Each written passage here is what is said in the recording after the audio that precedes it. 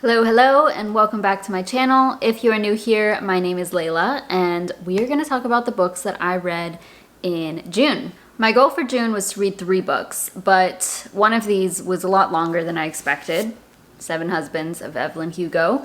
The book is fairly thick, and the font is pretty small. I'm used to like Colleen Hoover size books, and those I can finish within a week, and this one took me a lot longer than I expected it to. So yeah, I'm gonna start with The Seven Husbands of Evelyn Hugo, because that is the first book that I finished in June, and I would say it took me 3 weeks to read it, basically, because this other book took me less than a week. And that's not because it wasn't good. As I said, it's just a longer book, and I found myself like more sleepy at night, so that's when I typically read, and I couldn't even get through a full chapter some evenings just because they were longer and I wanted to go to bed. I've heard about this book many times. It's a very popular book. I think everybody and their mother has read it at this point, and I would say it was a really great book. I would give it like an 8 out of 10.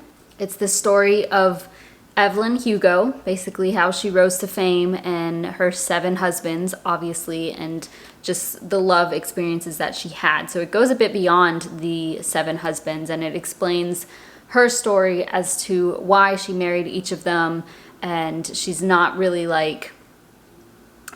she didn't marry them because she necessarily wanted to. It was all for specific reasons, like to be with somebody else, or to get into a certain role, make more money, etc. So it was definitely interesting. Reminds me of somebody like, I don't know, Marilyn Monroe or something. I literally don't know anything about Marilyn Monroe, but that's what I would imagine. Like, she's somebody like this who knows what she needs to do to get her money and to get what she wants. She also has a specific person come in to write her story for her. So she wants this person, this woman, to write the book about her after she dies. And it doesn't tell you until the end why it is that she chose the specific person.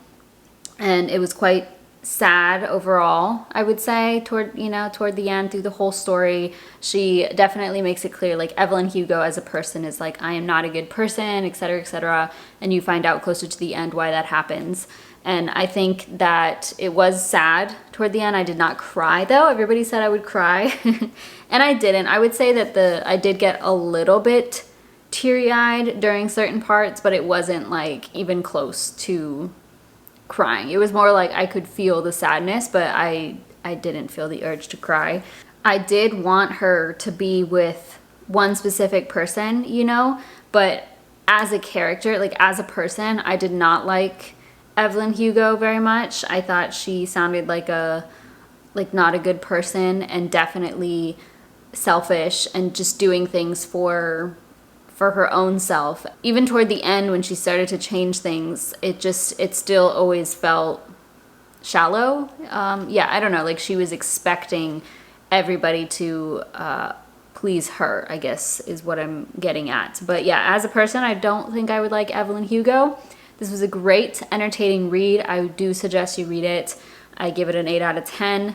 I think that's basically what I have to say about that. There is definitely that twist at the end, and there are some sad scenes, but you'll have to read it. The next book that I read was Verity by Colleen Hoover, and I thought this was gonna be, like, before, when I first bought it, I thought it was a complete just romance novel. I didn't know she had ever done a thriller book, so this is a thriller romance, I think they call it. Is that what they say? Yeah, romantic thriller. So let me start by saying that this one is probably her most sexual book that I've ever read. It is very sexual, goes into great detail, which I haven't seen this much from her before. I think part of it was because these characters were older. I don't mind it, but it was like, it's funny because I was reading this on the plane when I traveled this in June, and I was sitting in the middle seat next to my sister and then some random girl, I don't know who it was, but my sister, I was reading this, and like, it was during a part where it was like curse words about, sexual stuff, and she took a photo of it. My sister took a photo of what I was reading and posted that on Instagram. But which I don't care, it's fine, but it's like if you're sitting on a plane with somebody next to you who can like peek over and read what you're reading and you're kind of embarrassed about that, then this is something that you'll want to hold off on. I just don't want, like, a lot of these books have sexual things going on in them, you know, like all of Colleen Hoover has something with that, but I don't want anybody to think I'm into like 50 Shades of Grey type of stuff or something. Like, if you are, that's fine. It's just, I just don't want them to think I'm getting like turned on as I read this book or something, because that is just so weird. And that's what makes me uncomfortable about it. Like, why is she reading that? What is her purpose doing this right now? You know what I'm saying? So it's like a Colleen Hoover book, you know? But anyways, I will say that before anything, what this book is about is a writer who is hired to write for another writer who is currently in a coma. So she is being paid to finish the series of books for this other author who can no longer write. And the author's name is Verity, the one who's now in a coma. She's not in a coma, she's in like a vegetable state. Like, she doesn't speak, she doesn't move for herself, all that stuff. Now, this new author coming in to replace her, she goes to this woman's house with her husband. Her husband is still there, lives there. And she gets to go through this woman's office so she can get an idea of like where she got the characters from, how to write like her, all of this. And she ends up finding a manuscript written by, like an autobiography of her life written by this original author. And so it goes back and forth between just the story of her being in this house and what's happening, and then her reading this manuscript. The manuscript is really, really disturbing. Like, I felt disturbed reading it, and it was sad. And then there were other parts of the book that were just extremely creepy. I do remember certain parts where like my heart was going faster because of just how I could just see it. I could just see it, and it was just so disturbing. And yeah, it definitely was a creepy book. And there was a twist at the end that I did not expect. And because of that twist, I don't know that I like the ending of the book. The other thing is she kind of leaves you to think on your own, like, is that really what happened, or is this what happened? So I found it hard to like the ending. And like, it's a great book. I'd suggest reading it. I also give this one like an 8 out of 10, maybe an 8.5, because it was hard to put down. It was definitely very entertaining. I wanted to know what was going to happen. I knew that there would be a twist at the end, because there always is, and that's what I was waiting for. And to find out what it was made the book even more disturbing and awful. Yeah, so this one's pretty effed up, I will say, especially for a Colleen Hoover book. Not what I expected based off of everything else she's read. So definitely check this one out. I do recommend. I don't think it's good in like, oh, you're gonna be so happy that you read it.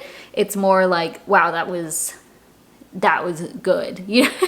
Does that make sense? I don't know. Yeah, I give it an 8.5 out of 10. It's out there. It's a very unique book.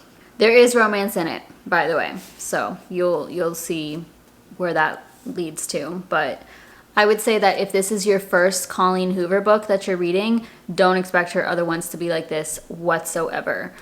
They're like all romance that I've read, so this was this was way different than what I was expecting. Yeah, as I said, I only ended up reading 2 books in June instead of the 3 that I was hoping for, but I will continue to make these little reviews each month depending on how many books I finish, but hopefully y'all enjoy. I think it's just fun to talk about books. I don't want to give spoilers away, so I find it a little bit difficult to do these, but I do still think it's fun to review these, what I thought of them, give you my rating and a little bit of a summary of what's going on, because then yeah, y'all can comment and tell me if you've read these and what you think about them. That's it for me this month. Comment down below if you've read these or what other books that you're currently reading, or if you suggest any that are similar to these or amazing that I should check out. Be sure to follow me on Instagram. I sometimes post on there about the books that I'm reading. Please give this video a thumbs up and subscribe if you haven't already. It really supports my channel, and I'll see you in my next video.